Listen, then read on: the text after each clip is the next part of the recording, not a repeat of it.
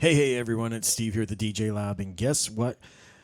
We're doing something that everyone's been looking for, because you all remember the video where I hooked my RMX-1000 up to a Denon DJ X1850 and showed you how that worked. Well, guess what?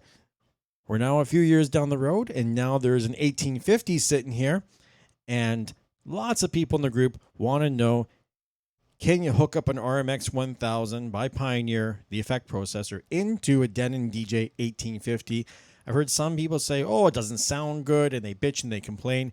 And let me tell you, there's nothing to bitch and complain about. I'm going to show you right now how to hook this up.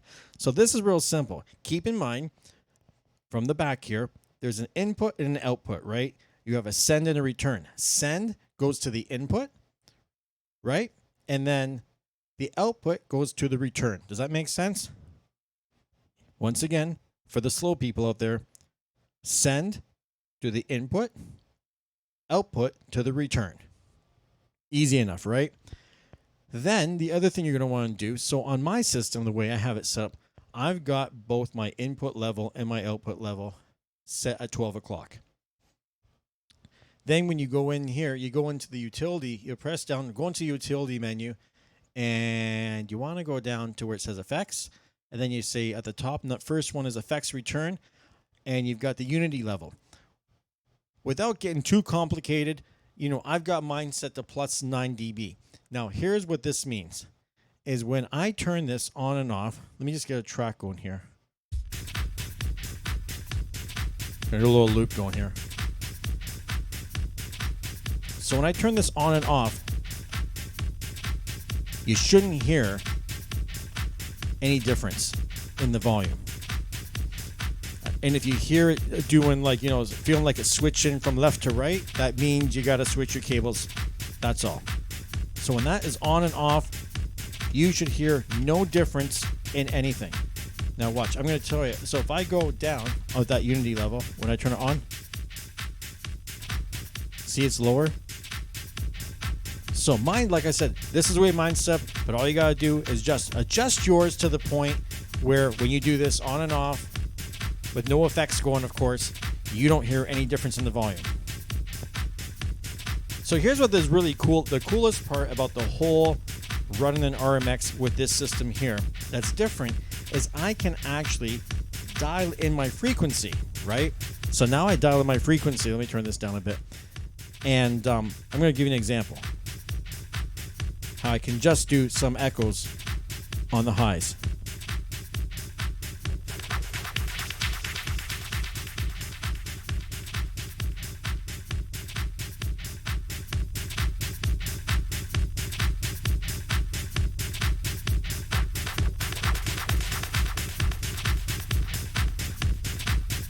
If I'm at the middle,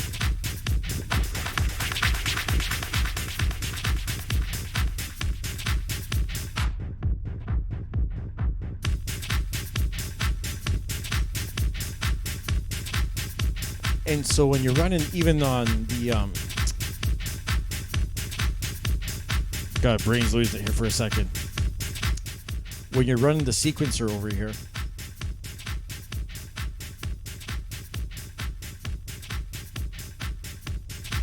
watch the kick.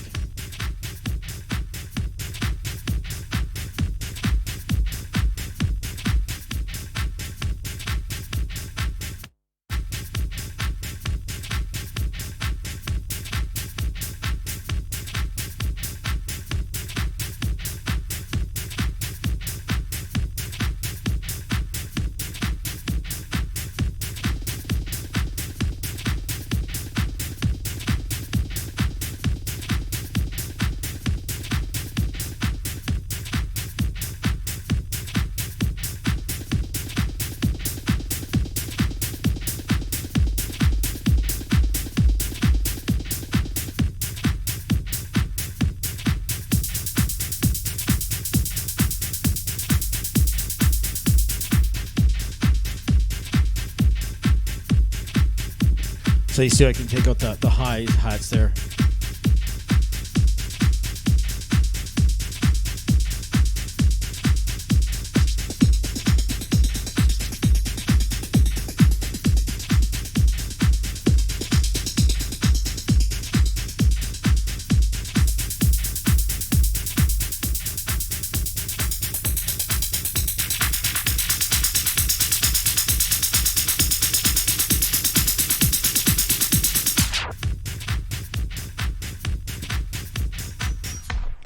stop that for a second.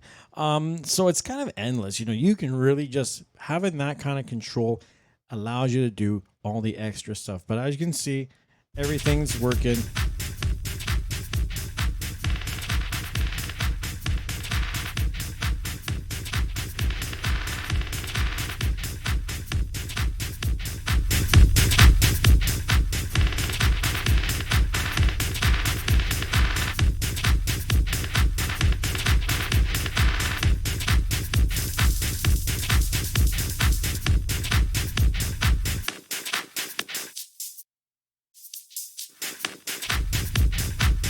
So here's another cool trick.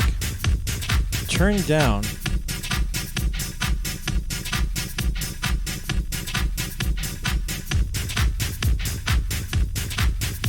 Halfway through.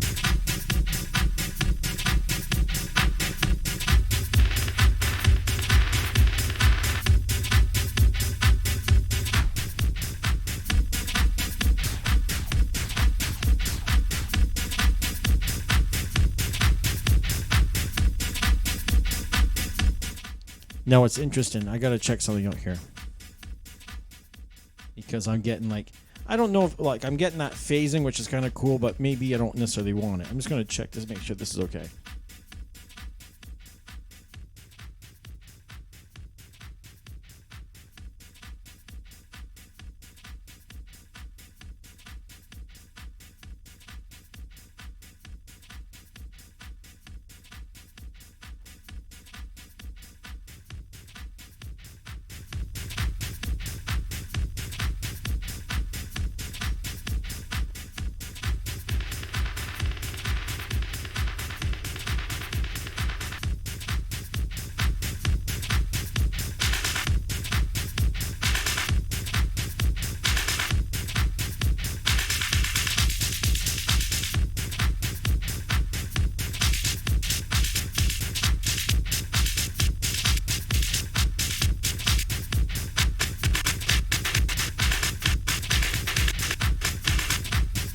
Then, of course, you can kind of use that touch strip to engage that, which then you can do the trippy stuff, right?